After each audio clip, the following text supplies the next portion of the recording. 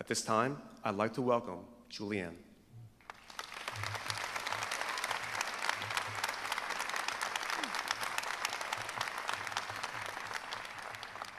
Thank you, Dr. Mack. And most importantly, thank you, class of 2024. Let's give them a round of applause, please. I cannot tell you how much of an honor and a privilege it is to be a part of the community of administrators, teachers, and loved ones gathered all around here to celebrate you.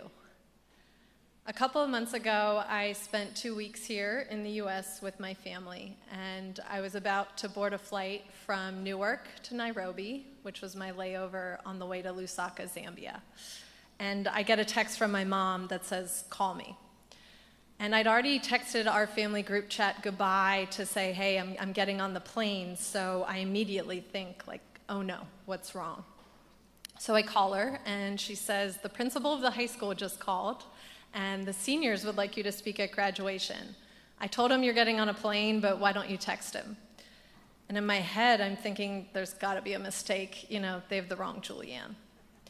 So 28 hours later, because it takes 28 hours to fly from Newark to Lusaka, Dr. Mack and I connect, and he extends the invitation to be here with you today. So now I'm thinking, okay, they didn't make a mistake, but imposter syndrome sets in. You know, why did they ask me?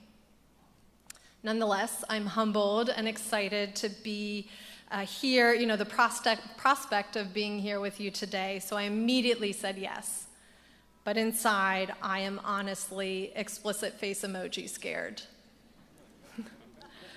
While speaking in front of groups is a part of my job as a nonprofit leader, I can do our pitch speech about our work in my sleep. Today is totally different. Today is about celebrating you guys here in front of me. Today is about celebrating your achievements.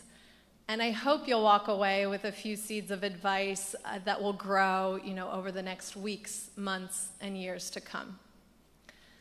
And that's why I was so afraid, you know, that my words would let you down, that my message wouldn't resonate, that it wouldn't be inspiring as you close such an important chapter of your lives and start writing a brand new and exciting one. And I'm thinking to myself, what on earth am I going to tell this group of soon-to-be Radnor graduates that I feel so distant from? You know, I only visit Radnor. I spend most of the year in Zambia and in France. I'm not on TikTok. I'm not even really on social media, really. So to gain some confidence, I asked to speak with the class officers that came up here earlier.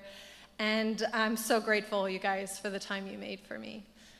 And hearing about your high school experiences, you know, your hopes, your dreams, your fears, I have to admit I was so impressed.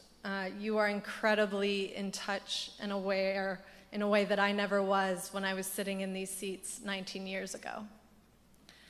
And while our conversation brought me reassurance that I could do this, because of our shared values, our shared experiences, I was still explicit face emoji scared.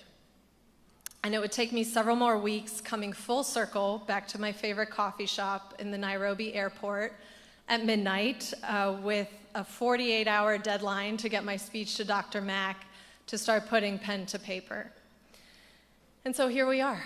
I'm here in front of you, and I'm embracing the possibility of failure, and yet praying that I don't let you down.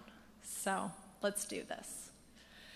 There are 3 words that I hope you'll walk away with today: vulnerability, empathy, and love. These are my core strengths, and I use them as my guiding principles each and every day. Vulnerability. I shared the story of my insecurities about being here today because it felt so unauthentic to just simply walk up and show confidence. To share with you a few life lessons that I've learned since graduating from Radnor without being vulnerable and sharing my fears and insecurities felt like it would be a disservice.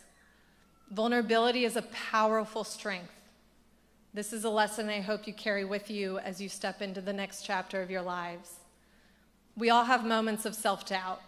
even when we appear confident to the outside world.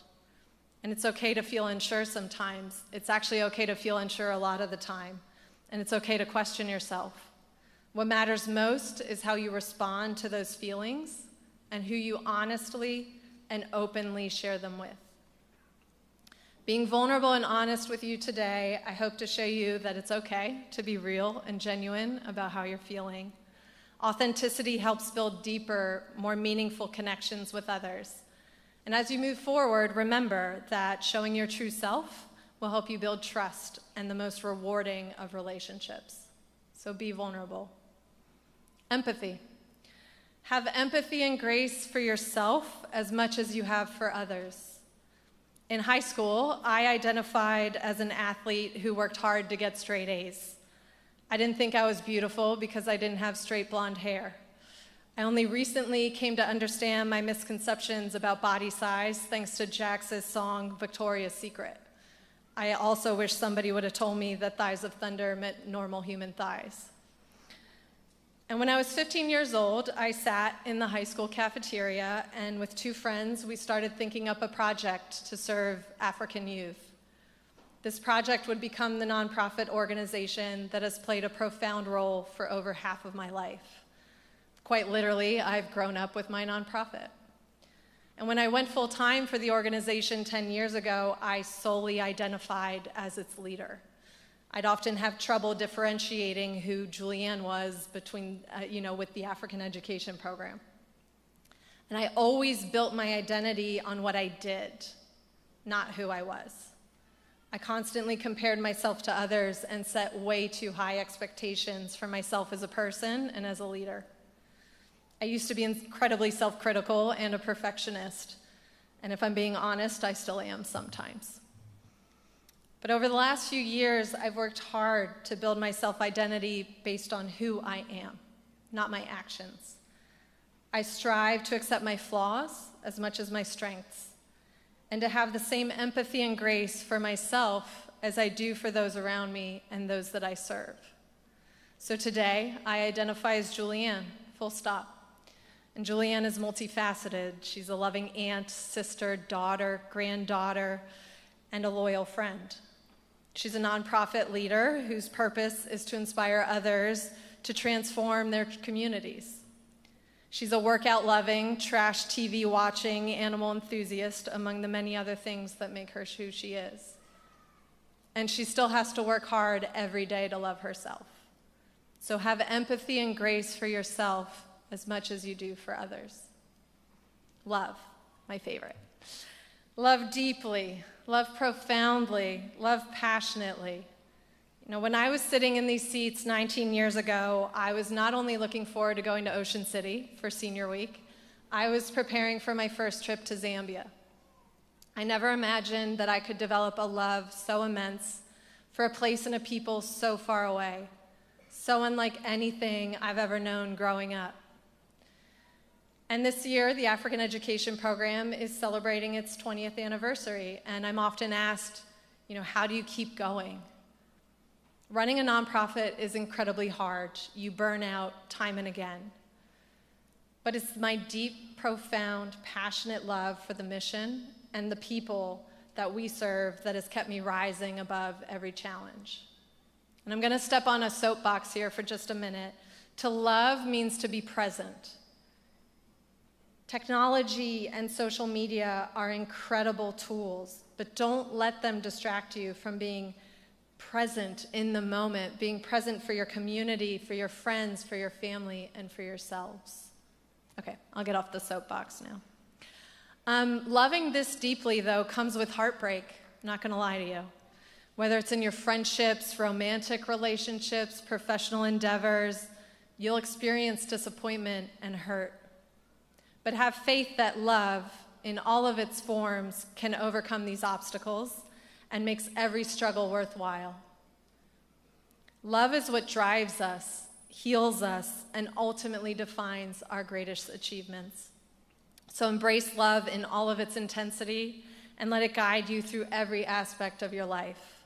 Love deeply, love profoundly, love passionately. All right, we're almost there, you guys, I promise. As a nonprofit leader, you learn quickly that you never walk away from a meeting or a speech without making an ask. My ask today is very different. Usually I'm asking for support or donations for the African Education Program and our work. You know, my ask today is that you do not walk away taking for granted the privilege that you had to attend Radnor High School.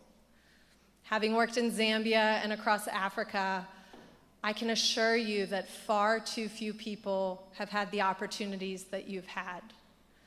And with these opportunities comes the responsibility to give back.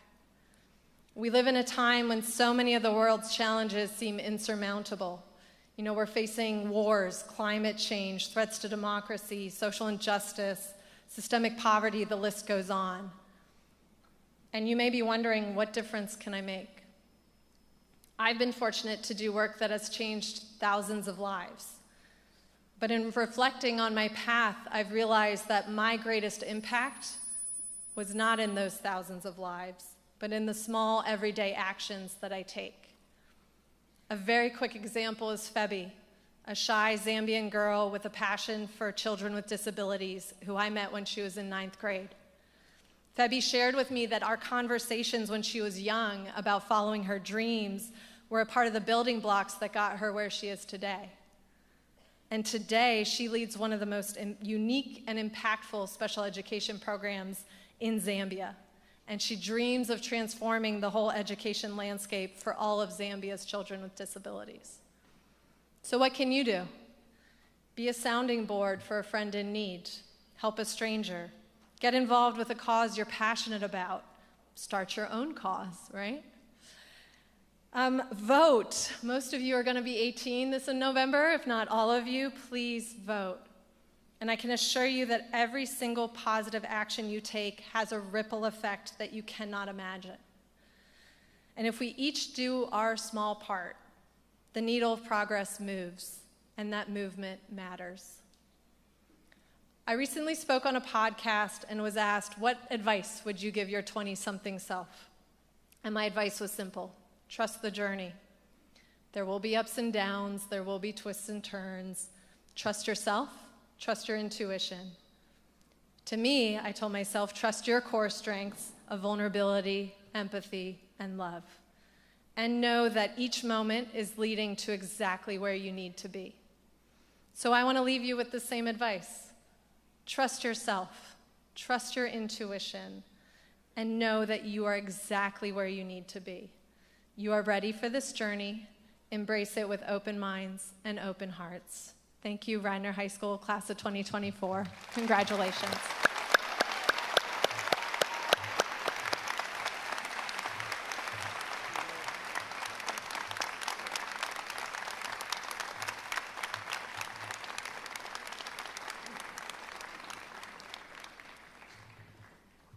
Julianne, thank you. It's wonderful to have you back. It's wonderful to have you here to share words and to remind us to trust the journey.